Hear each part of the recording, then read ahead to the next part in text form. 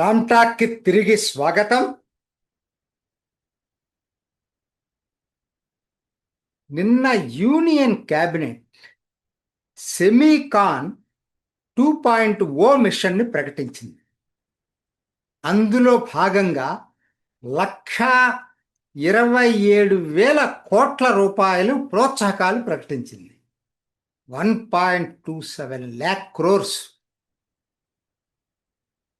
మరి ఇది ఇది సెమీకాన్ 1.0కి కొనసాగింది.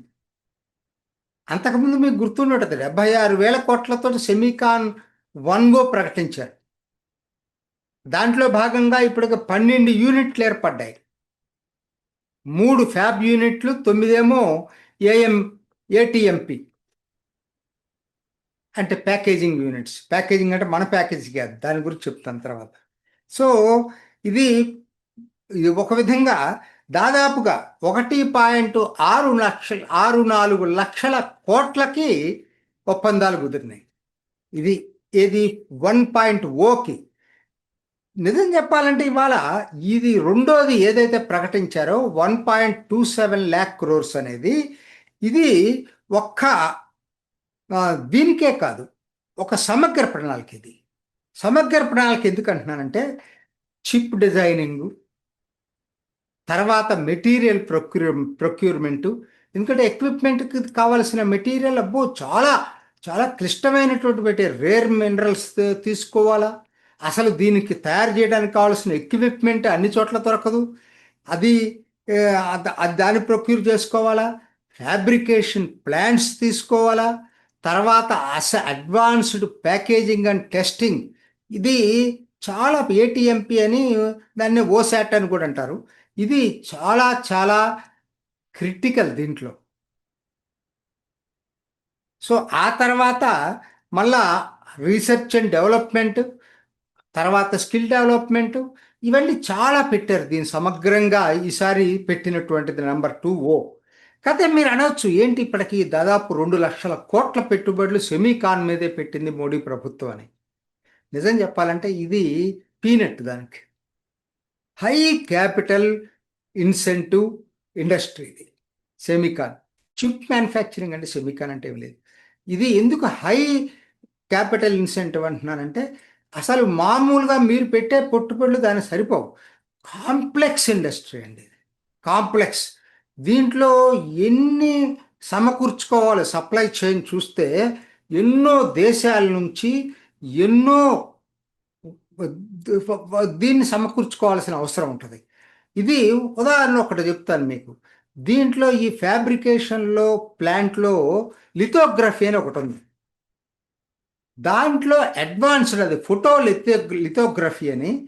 అది అంటే ఎక్స్ట్రీమ్ అల్ట్రా వైలెట్ తోటి చేసేటువంటి లిథోగ్రఫీ. అది అది కేవలం మొత్తం ప్రపంచంలో ఒకే ఒక్కరు మోనాపలీ చేశారు దాన్ని.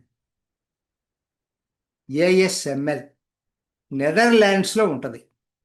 ఇటీవల టాటా తోటి ఒప్పందం కుదుర్చుకున్నారు వీళ్ళు.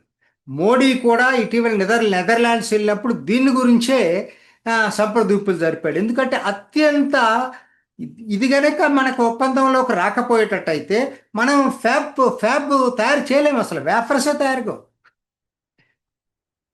ఎందుకంటే తయారు చేసి ఏం చేయాలండి.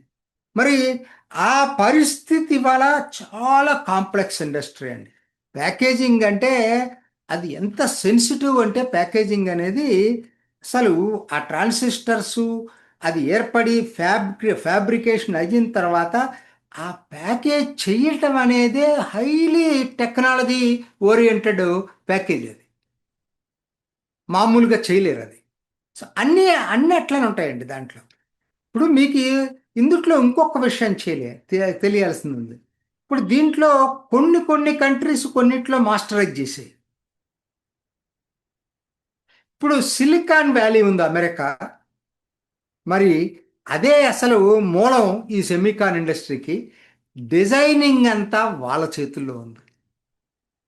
దీంట్లో అది ముఖ్యం, చిప్ డిజైనింగ్. ఈ డిజైనింగ్ వాళ్ళు చాలా నిష్ణాతులు దాంట్లో. సెమికాన్ వ్యాలీ స్టార్టింగ్లో స్టాన్ఫర్డ్ ఇండస్ట్రియల్ పార్క్ దగ్గర నుంచి మొదలయ్యి అదో పెద్ద చరిత్ర. అసలు అది ఎట్లా డెవలప్ అయింది సెమికాన్ వ్యాలీ, సెమికాన్ ఇండస్ట్రీ అక్కడ అనేది 40 ఏళ్ళ చరిత్ర. అది ఒక్క రోజులో డెవలప్ కావివి.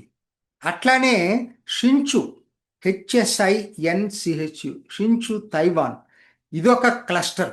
సిలికాన్ వ్యాలీ ఎట్లయితే క్లస్టరో ఇది కూడా, షించు కూడా తైవాన్లో ఒక క్లస్టర్. 30 సంవత్సరాలు పట్టింది ఇవాళ ఈ మెచ్యూరిటీ రావడానికి దానికి. అట్లనే జపాన్లో క్యూషు అని ఉంది, 25 సంవత్సరాలు. అక్కడ ఇప్పుడు మళ్ళా సుకుబా అని టోక్యోకి నార్త్లో ఒక సైన్స్ సిటీని డెవలప్ చేస్తుంది. ఇవన్నీ దీనికి సంబంధించినవి. కొత్తగా ఇప్పుడు సనంద్, అహ్మదాబాద్ పక్కన ఉంటుంది సనంద్. సనంద్ ధులేరా కింద ఇలా ఉంటుంది. అహ్మదాబాద్ నుంచి దాదాపు ఒక 55-60 కిలోమీటర్ల కింద ధులేరా. ఇక్కడ భారత్లో కూడా మొట్టమొదటిసారి ఒక క్లస్టర్ మొదలైంది. మోడీ ఇటీవల అక్కడ ఒక ఈ ఏటీఎంపీ యూనిట్ని ప్రారంభించడానికి వెళ్ళి చెప్పాడు, ప్రపంచంలో ఒక ఫ్యాక్టరీ ఉంటే సరిపోదు, క్లస్టర్స్ ఉన్న చోటే అది పీక్లోకి తీసుకెళ్ళగలదు, మోనోపలైజ్ చేయగలదు. ఇప్పుడు నేను పైన చెప్పిన సిలికాన్ వ్యాలీ కానీ తైవాన్ కానీ టిఎస్ఎంసి ఇవాళ వచ్చింది, టిఎస్ఎంసి కూడా అక్కడదే, ఆ షించు దీంట్లోదే. ఆ కారిడార్స్, అటువంటి క్లస్టర్స్ డెవలప్ కావాల్సిన అవసరం భారత్లో ఉందనేది ఆయన చెప్పుకొచ్చాడు. దాంట్లో భాగమే, ఎందుకంటే ఇప్పుడు 12 పెట్టి ఉండొచ్చు ఇక్కడ, కానీ ప్రధానంగా ఒక క్లస్టర్గా డెవలప్ అవుతున్నది సనంద్ ధులేరా. సనంద్లో ఇప్పటికీ 3 ఏటీఎంపీ యూనిట్స్ ఉన్నాయి, ప్యాకేజింగ్ యూనిట్స్. మైక్రాన్ 2.75 బిలియన్ తోటి ఫిబ్రవరి 26లో ఓపెన్ చేసింది. అట్లానే కేయిన్స్ సెమికాన్ ఒకటి ఉంది, అది తర్వాత సీజీ సెమీ అని మొన్న మోడీ ఓపెన్ చేసింది, థాయ్ అండ్ జపాన్ సహకారంతో. సో ఇవన్నీ కూడా సనంద్లో ఉన్నాయి.